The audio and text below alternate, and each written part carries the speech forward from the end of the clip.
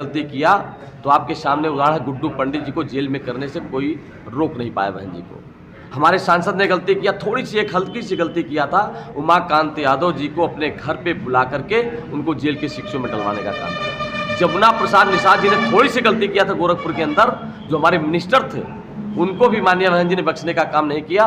और यही अंतर है माननीय बहन जी की सरकार में अपराधियों पर लगाम कसने का, और यही अंतर है आज भारतीय जनता पार्टी की सरकार जो तमाम बड़े बड़े अपराधियों को बकस रही है। अपना अगर वो भारतीय जनता पार्टी में है, ब्रिजभूषण शरण सिंह तमाम मुकदमे हैं, तमाम गुंडागर्दी चरम सीमा पर चल रही है, कोई कार्रवाई नहीं। लेकिन बहन जी की सरकार में हमारा एमपी हो, चाहे एमएलए हो, चाहे मिनिस्टर हो, चाहे कार्यकर्ता हो, कार्रवाई होती। चाही होती कि हमें वास्तव में ईमानदारी निष्ठा से चुनाव कराना है, तो जो हाई कोर्ट ने निर्देशित किया कि नहीं आपको तीसरा टेस्ट कराने के बाद, तीसरा परीक्षण कराने के बाद आरक्षण लागू करना चाहिए, ये कर दी होती। लेकिन उसके नियत में कहीं न कहीं खोट था। वो राजनीतिक रूप से भाजपा ओबीसी के लोगों को पुनः अपने पाले में करने के पक्ष में इस तरह का नाटक रचा गया। दोनों लोगों ने मिलकर नाटक रचा, हमारी जुडिशरी ने और हमारी सरकार। पार्टी के नेता बहुजन समाज पार्टी ये चाहती है कि जातिवार गणना हो, जनगणना हो, लेकिन पूरे देश का एक साथ जनगणना कराया जाए और सेंट्रल गवर्नमेंट को यहाँ से चिट्ठी लिख के भेजा जाए कि एक साथ जनगणना हो पूरे देश में। चूँकि प्रदेश का मामला नहीं, बहुजन समाज पार्टी राष्ट्रीय पार्टी है, वो चाहती पूरे देश में जातिवार जनगणना हो, जातिवार जनगणना होनी चाहिए। ये हमारी मांग है, सबकी मांग है, पिछड़े वर्गों की मांग है, तमाम पॉलिटिकल पार्टीज़ की मांग है, ये तो है। लेकिन अगर वो भुनाने का प्रयास कर रहे हैं तो वो ये दिखाना चाहते हैं प्रदेश देश में कि समाजवादी पार्टी ही एक ऐसी पार्टी है जो जातिवार जनगणना चाहती है। जबकि माननीय बहन जी ने ट्वीट के माध्यम से, माननीय बहन जी इसके पहले भी जातिवार जनगणना की बात कर चुकी हैं।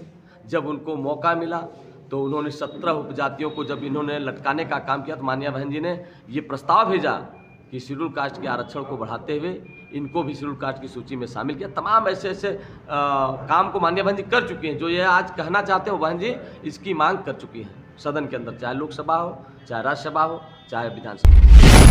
यदि उससे पीड़ित हैं, परेशान हैं, तो उनकी मांग को पूरा करने के बाद ही सरकार कोई कदम उठाए। ये मेरी किसानों के प्रति हमारी सहानुभूति है, हमारे दल की सहानुभूति है। हम लोग चाहते हैं कि उनकी मांग मान ली जाए।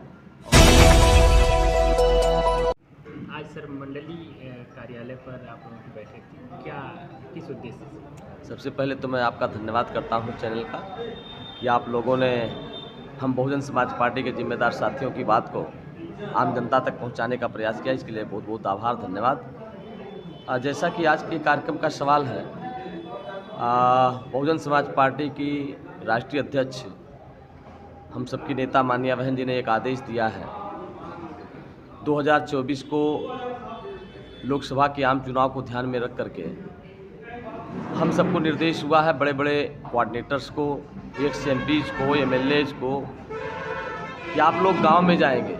गांव चलो अभियान एक बहन जी ने नारा दिया है। हमारे लोग गांव की तरफ जा रहे हैं और गांव में जा कर के बहुजन समाज पार्टी की नीतियों को, महापुरुषों के संघर्षों को बताने का काम कर रहे हैं।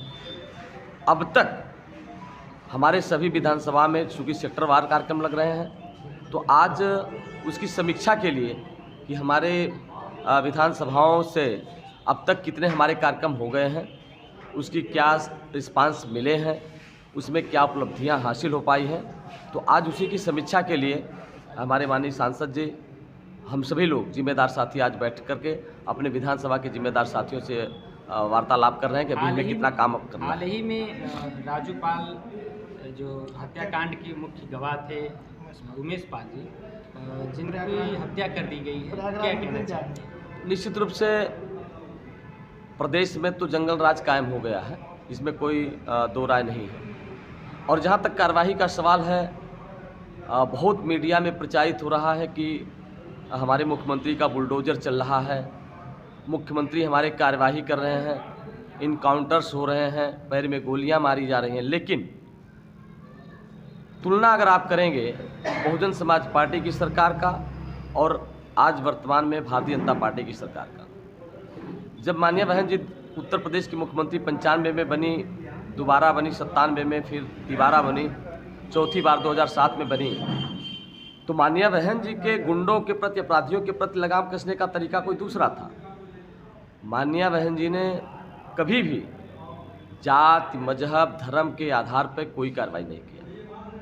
आपके पास उदाहरण है, आप मीडिया के साथी हो, आपको याद होगा आज तो भारतीय जनता पार्टी के लोग माइनॉरिटी को, यादव समाज को टारगेट पर ले रहे हैं। बड़े बड़े अपराधी ब्रजेश सिंह, भारतीय जनता पार्टी में कोई कार्रवाई नहीं। बड़े बड़े अपराधी विनीत सिंह, कोई कार्रवाई नहीं। लेकिन बहन जी की सरकार में आपने देखा था कि चाहे वो आज भारतीय जनता पार्टी अपने कार्यकर्ताओं तक को बचाती है। MP MLA छोड़ दो, कुलदीप सेंगर का मामला आपके सामने था, इतना बड़ा अपराध के बाद भी उनको बचाती रही।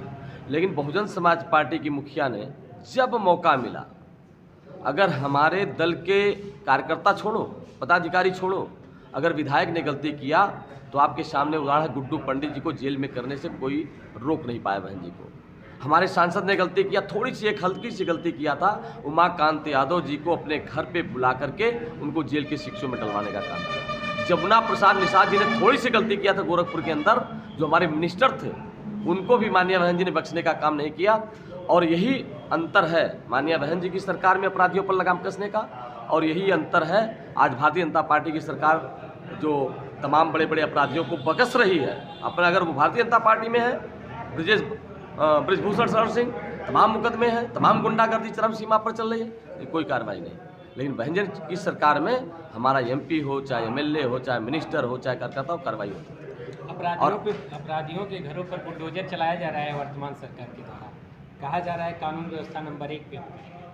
देखिए यही तो मैं भी कह रहा था कि जो इनका बुलडोजर चल रहा है वो कहीं न कहीं धर्मवाद है, कहीं न कहीं जातिवाद है। जातियों को देख करके, संप्रदाय को देख करके, धर्म को देख करके उनके ऊपर कार्रवाई हो रही है। यहीं पे तमाम ऐसे गुंडागर्दी कर रहे हैं, लेकिन उनके ऊपर कार्रवाई इसलिए नहीं हो रही कि कहीं न कहीं वो भारतीय जनता पार्टी से जुड़े हैं। पिछड़ा और अतिपिछड़ा आरक्षण अभी तक कंफर्म नहीं हुआ। चुनाव 2024 से पहले, लोकसभा के चुनाव से पहले, तो नगर पालिका, नगर निकाय के चुनाव में क्या कहें? देखिए, निश्चित रूप से यदि सरकार चाही होती कि हमें वास्तव में ईमानदारी निष्ठा से चुनाव कराना है, तो जो हाई कोर्ट ने निर्देशित किया कि नहीं, आपको तीसरा टेस्ट कराने के बाद, तीसरा परीक्षण कराने के बाद आरक्षण लागू करना चाहिए, ये कर दी होती। लेकिन उसके नियत में कहीं न कहीं खोट था। वो राजनीतिक रूप से OBC के लोगों को पुनः अपने पाले में करने के पक्ष में इस तरह का नाटक रचा गया। दोनों लोगों ने मिलकर नाटक रचा, हमारी जुडिशरी ने और हमारी सरकार ने। क्यों? इसलिए कि कल ये भारतीय जनता पार्टी के लोग OBC के तमाम विभिन्न समाज के बीच में जाएंगे और इस बात का दावा करेंगे कि हमने बिना आरक्षण के चुनाव नहीं होने दिया, चूँकि हम आपका आरक्षण चाहते थे। जबकि 95 में आरक्षण लागू हुआ अगर हमारे उत्तर प्रदेश में पंचायती राज एक्ट के तहत, तो तमाम उसके बाद 3 चुनाव हुए हैं, 4 चुनाव हुए हैं। चारों चुनाव तो हो गया, उसमें कोई थर्ड टेस्ट की बात नहीं आई। चूँकि होता रहा तो इनको भी ईमानदारी निष्ठा होती तो करते, लेकिन इनको कहीं न कहीं भावनात्मक लगाव लगा करके तब चुनाव कराना, इसलिए इन्होंने ऐसी कमी की है। जातिगत जनगणना पे हमारी नेता ने स्पष्ट रूप से ट्वीट किया है। सदन के अंदर हमारे एकमात्र MLA ने उस माननीय बहन जी की बात को रखा है, आपने मीडिया के माध्यम से सुना होगा। निश्चित रूप से बहुजन समाज पार्टी की नेता, बहुजन समाज पार्टी ये चाहती है कि जातिवार गणना हो, जनगणना हो, लेकिन पूरे देश का एक साथ जनगणना कराया जाए और सेंट्रल गवर्नमेंट को यहाँ से चिट्ठी लिख के भेजा जाए कि एक साथ जनगणना हो पूरे देश में। चूँकि प्रदेश का मामला नहीं, बहुजन समाज पार्टी राष्ट्रीय पार्टी है, वो चाहती है पूरे देश में जातिवार जनगणना होनी चाहिए, जिससे स्पष्ट रूप से पता चले कि शेड्यूल कास्ट के लोग कितने हैं, OBC के लोग कितने, जिससे स्पष्ट उनका आरक्षण भी लागू हो जाए कि हमें इतना आरक्षण चाहिए। विधानसभा में अखिलेश नेता प्रतिपक्ष के विरोधी दल के नेता हैं, उन्होंने जो छठा बजट भाजपा ने घोषित किया है उसके ऊपर ना बात करते हुए विधानसभा के अंदर सिर्फ जाति जनगणना को बड़ा मुद्दा बनाते हुए ओम प्रकाश राजभर निषाद अपना दल को अपने तरफ खींचने की तैयारी कर रहे हैं, इस पर क्या कहेंगे आप? अब देखिए उनका अपना राजनीतिक एजेंडा है। वो चूँकि 2022 के आम चुनाव में समाजवादी पार्टी पूरी ताकत लगा चुकी है। पूरी ताकत के साथ उनको एहसास था कि हम सरकार बना लेंगे, नहीं बना पाए। और आज फिर जहां बजट पे चर्चा होनी है, ठीक है, जातिवार जनगणना होनी चाहिए, ये हमारी मांग है, सबकी मांग है, पिछड़े वर्गों की मांग है, तमाम पॉलिटिकल पार्टीज़ की मांग है, ये तो है। लेकिन अगर वो भुनाने का प्रयास कर रहे हैं तो वो ये दिखाना चाहते हैं प्रदेश देश में कि समाजवादी पार्टी ही एक ऐसी पार्टी है जो जातिवार जनगणना चाहती है। जबकि माननीय बहन जी ने ट्वीट के माध्यम से, माननीय बहन जी इसके पहले भी जातिवार जनगणना की बात कर चुकी हैं। जब उनको मौका मिला तो उन्होंने 17 उपजातियों को जब इन्होंने लटकाने का काम किया तो माननीय बहन जी ने ये प्रस्ताव भेजा कि शेड्यूल कास्ट के आरक्षण को बढ़ाते हुए इनको भी शेड्यूल कास्ट की सूची में शामिल किया। तमाम ऐसे काम को माननीय बहन जी कर चुकी हैं। जो ये आज कहना चाहते हो बहन जी, इसकी मांग कर चुकी हैं सदन के अंदर, चाहे लोकसभा हो, चाहे राज्यसभा हो, चाहे विधानसभा हो। आजमगढ़ में एक मुख्य मुद्दा चल रहा है किसानों का, एयरपोर्ट विस्तारीकरण को लेकर के, तो कहाँ तक आप? निश्चित रूप से ये मैं कहना चाहूँगा कि किसान लोग यदि उससे पीड़ित हैं, परेशान हैं, तो उनकी मांग को पूरा करने के बाद ही सरकार कोई कदम उठाए। ये मेरी किसानों के प्रति हमारी सहानुभूति है, हमारे दल की सहानुभूति है। हम लोग चाहते हैं कि उनकी मांग मान ली जाए और हवाई अड्डा भी बने, हवाई उड़ान भी हो, लेकिन उनकी मांग मान लिया जाए। इसी तरह की खबर पाने के लिए चैनल को सब्सक्राइब करें और बेल आइकन की ऑल बटन दबाएं।